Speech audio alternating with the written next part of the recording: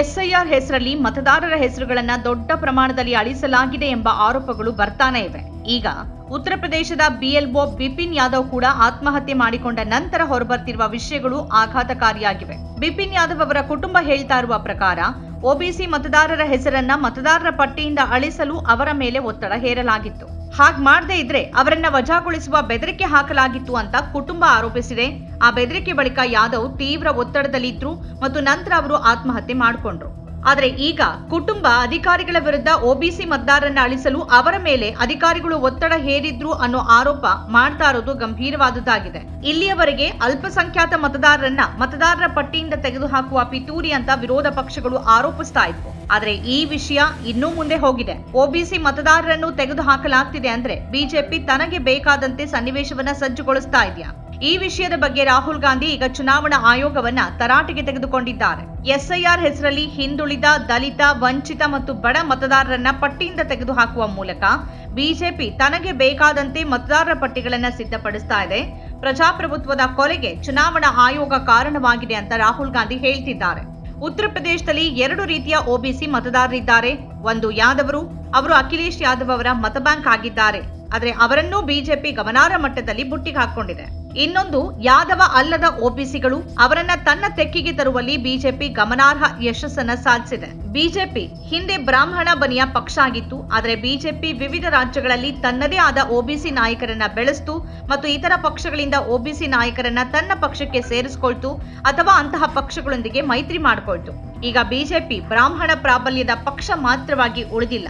ಹೀಗಿರುವಾಗಲೇ ಅಧಿಕಾರಿಗಳು ಒಬಿಸಿ ಮತದಾರರನ್ನ ತೆಗೆದುಹಾಕೋಕೆ ಹೇಳ್ತಿದ್ದಾರೆ ಅನ್ನುವ ಆರೋಪಗಳು ಕೇಳ್ಬರ್ತಿವೆ.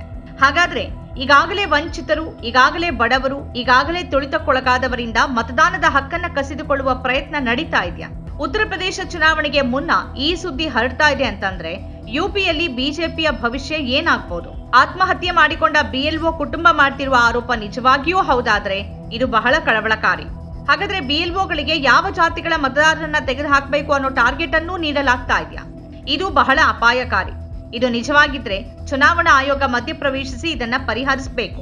ಎಸ್ಐಆರ್ ನಲ್ಲಿ 22 ದಿನಗಳಲ್ಲಿ 7 ರಾಜ್ಯಗಳಲ್ಲಿ 25 ಬಿಎಲ್ಒಗಳು ಪ್ರಾಣ ಕಳ್ಕೊಂಡಿದ್ದಾರೆ. ಡಬಲ್ ಎಂಜಿನ್ ರಾಜ್ಯವಾದ ಮಧ್ಯಪ್ರದೇಶದಲ್ಲಿ ಅತಿ ಹೆಚ್ಚು ಅಂದ್ರೆ 9 ಸಾವುಗಳು ಸಂಭವಿಸಿದೆ. ಉತ್ತರ ಪ್ರದೇಶ ಮತ್ತು ಗುಜರಾತ್ನಲ್ಲಿ ತಲಾ 4 ಮಂದಿ ಆತ್ಮಹತ್ಯೆ ಮಾಡಿಕೊಂಡಿದ್ದಾರೆ. ಗುಜರಾತ್, ಉತ್ತರ ಪ್ರದೇಶ ಮತ್ತು ಮಧ್ಯಪ್ರದೇಶ ಈ 3 ರಾಜ್ಯಗಳು ಡಬಲ್ ಎಂಜಿನ್ ರಾಜ್ಯಗಳಾಗಿವೆ. ಇಲ್ಲಿ ಅತಿ ಹೆಚ್ಚು ಸಾವುಗಳು ನಡೆದಿದೆ. ಅಖಿಲೇಶ್ ಯಾದವ್ ಕೂಡ ಕೆಲ ದಿನಗಳ ಹಿಂದೆ ಇದೇ ಮಾತನ್ನ ಹೇಳಿದ್ರಿಂದ ಈ ವಿಷಯ ಇನ್ನಷ್ಟು ಗಂಭೀರವಾಗಿದೆ. ಬಿಜೆಪಿ ಮತ್ತು ಚುನಾವಣಾ ಆಯೋಗ 3 ಕೋಟಿ ಹೆಸರುಗಳನ್ನ ಅಳಿಸೋಕೆ ಸಿದ್ಧತೆ ನಡೆಸಿದೆ ಅಂತ ಅಖಿಲೇಶ್ ಯಾದವ್ ಆರೋಪಿಸಿದ್ದಾರೆ. ವ್ಯವಸ್ಥಿತ ರೀತಿಯಲ್ಲಿ ದೊಡ್ಡ ಪ್ರಮಾಣದಲ್ಲಿ ಅಲ್ಪಸಂಖ್ಯಾತರು ಮತ್ತು ವಿರೋಧ ಪಕ್ಷದ ಮತದಾರರಾಗಿರೋರನ್ನ ಮತದಾರರ ಪಟ್ಟಿಯಿಂದ ತೆಗೆದುಹಾಕಲಾಗುತ್ತೆ ಅಂತ ಅಖಿಲೇಶ್ ಯಾದವ್ ಹೇಳಿದ್ದಾರೆ. ಅದರ ನಂತರ ಬಿಎಲ್ಒ ಒಬ್ಬರ ಕುಟುಂಬವೂ ಅದೇ ಮಾತನ್ನ ಹೇಳ್ತಿದೆ. ಆದ್ರಿಂದ ಇದು ಹೆಚ್ಚು ಗಂಭೀರ ಸ್ವರೂಪವನ್ನ ಪಡೆದಿದೆ. ಸಾಮಾನ್ಯ ವರ್ಗದಲ್ಲಿ ಮೇಲ್ಜಾತಿಯ ಮತದಾರರ ಸಂಖ್ಯೆಯನ್ನ ಹೆಚ್ಚಿಸಬೇಕು ಅನ್ನೋ ನಿಟ್ಟಿನ ಪ್ರಯತ್ನ ನಡೆದಿದ್ಯಾ? ಮೇಲ್ಜಾತಿಯ ಮತದಾರರು ಬಿಜೆಪಿ ಮತದಾರರು ಅನ್ನೋದು ಸಾಬೀತಾದ ಸತ್ಯ. ಇದು ರಾಜಕೀಯ ವಿಷಯವಾಗಿ ಮಾರ್ಪಟ್ರೆ ಮತ್ತು ಆ ಮತದಾರರ ಮತಗಳು ನಿಜವಾಗಿಯೂ ದೊಡ್ಡ ಪ್ರಮಾಣದಲ್ಲಿ ಕಡಿತಗೊಂಡ್ರೆ ಅದು ಉತ್ತರ ಪ್ರದೇಶ ಚುನಾವಣೆಯಲ್ಲಿ ಸಂಪೂರ್ಣ ಸಮೀಕರಣವನ್ನ ಬದಲಾಯಿಸುತ್ತೆ. ಅಲ್ಲದೆ ಇಡೀ ಮತದಾರರ ಪಟ್ಟಿ ವಿರೋಧ ಪಕ್ಷಗಳಿಗೆ ಮತ ಹಾಕೋರ ಹೆಸರುಗಳನ್ನ ವ್ಯವಸ್ಥಿತವಾಗಿ ತೆಗೆದುಹಾಕತ್ತೆ. ನೀವು ನಮಗೆ ಮತ ಹಾಕ್ತಾ ಇದ್ರೆ ನಿಮ್ಮ ಮತದಾನದ ಹಕ್ಕೇ ಇಲ್ಲವಾಗತ್ತೆ ಅನ್ನೋ ಸಂದೇಶವನ್ನ ಈ ಮೂಲಕ ಜನರಿಗೆ ಕಳಿಸಲಾಗ್ತಿದೆಯಾ ಅನ್ನೋದು ಈಗ ಎತ್ತಿರುವ ಅನುಮಾನ.